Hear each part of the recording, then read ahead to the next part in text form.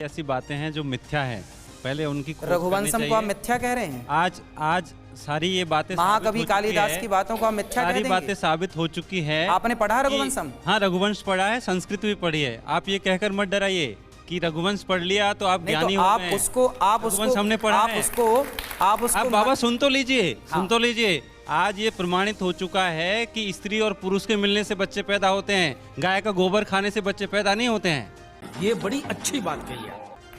ये सभी लोग जानते हैं। सबको बच्चा पैदा होना चाहिए, सबको बच्चा पैदा होना चाहिए। किसी को ऐसा क्यों नहीं पैदा होता है? आपके भक्तों से पूछ लीजिए बच्चा उनको कैसे पैदा हुआ। अच्छा ये बताइए, आपने कहा कि स्त्री पुरुष के मिलने से बच्चा पैदा होता है, तो सारे स्त्री पुरुष तो मिल रहे हैं, फिर भी क्यों बच्चे पैदा होने की इसलिए जनसंख्या बढ़ रही है, इसलिए जनसंख्या बढ़ रही है, इसलिए हम 150 करोड़ हो गए हैं। अरे भाई फिर ये केस क्यों है कि गाय का गोबर खा के नहीं हुए हैं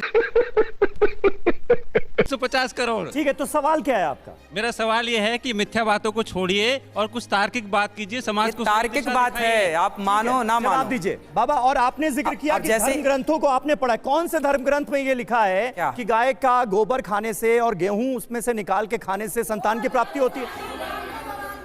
जी वहां पब्लिक से बात करिए। क्या कहना चाह रहे हैं आप बताइए। हाँ, एक एक करके आराम से। राधे राधे।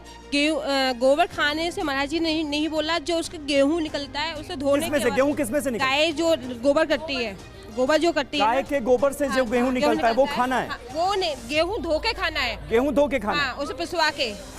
ठीक है।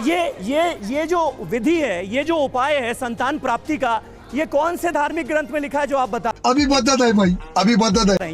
ये भी मुझे आपको लिखा हुआ बता दूंगा, मैं आपको लिखा हुआ बता दूंगा। हाँ बताइए। बिल्कुल बताऊंगा। कौन से? आपने मेरे को पहले बताया होता तो मैं लिखी हुई प्रमाणित पुस्तकें लेके आ जाता। अच्छा। हाँ। आपने बताया नहीं ना पहले कि आपको ये पुस्तक लानी है प्रमाण। चलिए। हाँ, ये पीली मैया को बात करा। बोलिए। ये हमारे आचार्य जी कह रहे हैं, व्यास जी, कि ये गेहूं खाने से बच्चे होते हैं। हमने और भी कैसी दवाई हैं, एक यही नहीं है हमारे पास, और भी हमारे पास बहुत उपाय हैं जिनसे खाने से बच्चे भी होते हैं और लड़के भी हो जाते हैं। ऐसे भी उपाय हैं। अच्छा। ये तर्कशास्त्री जी क्या हर चीज को लिखित में दिखाएंगे हमको? मतलब तर्कशास्त्रियों को, वैज्ञानिकों को, डॉक्टर्स को नहीं पता है क्यों? सारी चीज डॉक्टर। यहाँ पर कोई कुछ बोलना चाहेगा इस पर? यहाँ पर कोई कुछ बोलना चाहेगा आप में से? जी। बोला गोबर नहीं खाना, गोबर से निकला गेहूं खाना है। तो गोबर से निकला ही गेहूं क्यों खाना है? गेहूं तो हम रोटी में भी बना के खाते हैं। ये क्या बात है कि गोबर से निकला गेहूं खाना? ठीक है, ये क्या बात हुई कि गोबर से निकला हुआ गेहूं खाना है?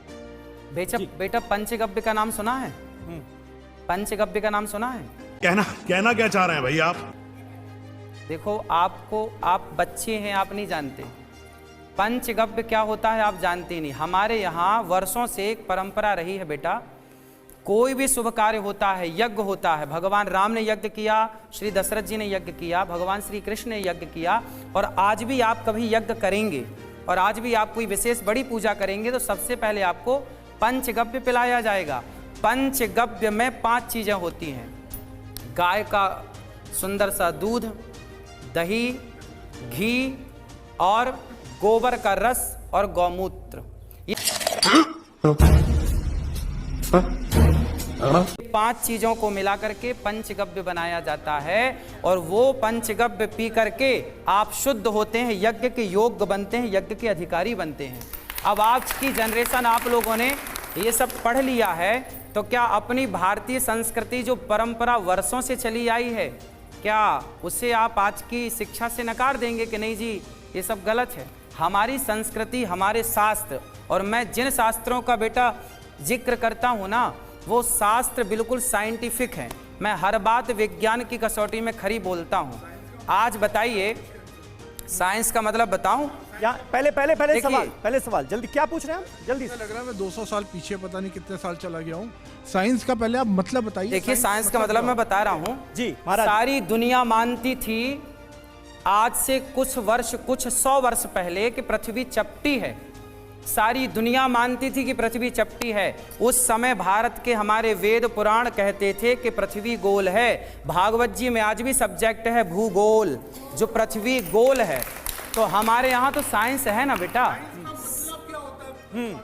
बेटा देखिए, साइंस का मतलब क्या होता है? मैं तो देख रहा हूँ आप मेरे से 15-20 साल छोटे होंगे, पर मुझे लग रहा है मैं आपसे पता नहीं 200 साल आगे हूँ।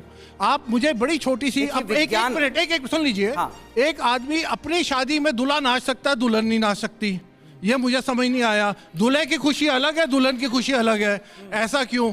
दूसरा आप कह रहे हैं, इन्होंने क्या बोला था अभी वो कि बच्चे नहीं, IVF के ज़माने में, सरोगेसी के ज़माने में, और जहाँ पे अब देखिए चाइना, अमेरिका वगैरह कंट्री में जहाँ पे गाय की वो पूजा नहीं करते, इसका मतलब है वहाँ बच्चे नहीं होते। उनको अगर कोई मेडिकल इशू होता है तो उनको भी यही वाली चीज़ करनी पड़ती है। भारत की तुलना और तीसरा बहुत इंपॉर्टेंट, साइंस का मतलब क्या है?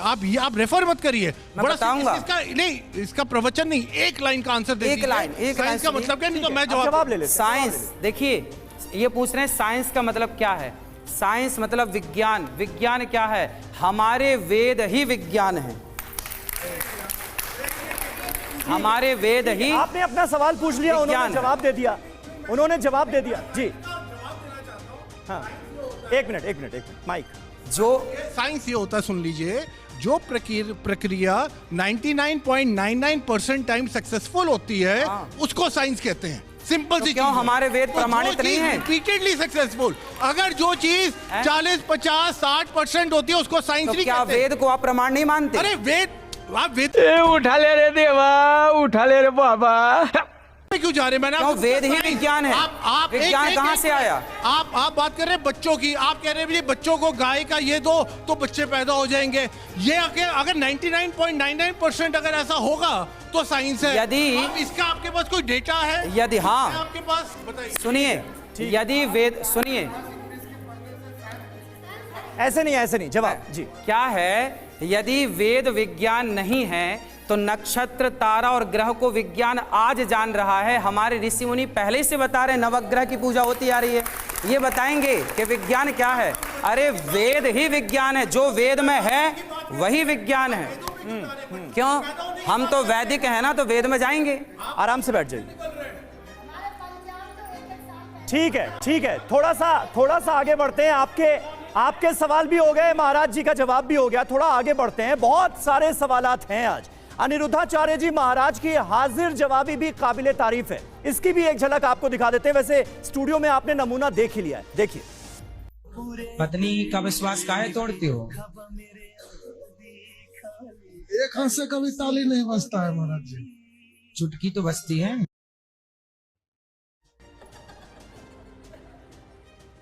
तो सुना आपने। अब अगला सवाल इसी से जुड़ा हुआ और बड़ा आसान सा सवाल है ये। जल्दी से वो सवाल हम डिस्प्ले करते हैं। मुकदमे का अगला सवाल, क्या अनिरुद्धाचार्य जी महाराज हाजिर जवाबी की प्रैक्टिस करते हैं? प्रवचनों से पहले किसी खास तरह की प्रैक्टिस होती है क्या महाराज जी? ऐसी प्रैक्टिस चलती है। आप लोग करा देते हैं प्रैक्टिस। मुझे लगता है आपके पास हर चीज का टिप्स है, हर चीज को लेकर मंत्र आप देते हैं। यह हाजिर जवाबी का मंत्र कौन सा है? ये जब करत करत अभ्यास के जड़मति होत सुजान, रसरी यावत जात है सिल पर परत निशान। जब आप किसी कार्य को अखंड करेंगे तो उस कार्य को करने का आपको तरीका पता हो जाएगा। ठीक है। तो ये आपका जवाब हाजिर जवाबी को लेकर। और अनिरुद्धाचार्य जी महाराज को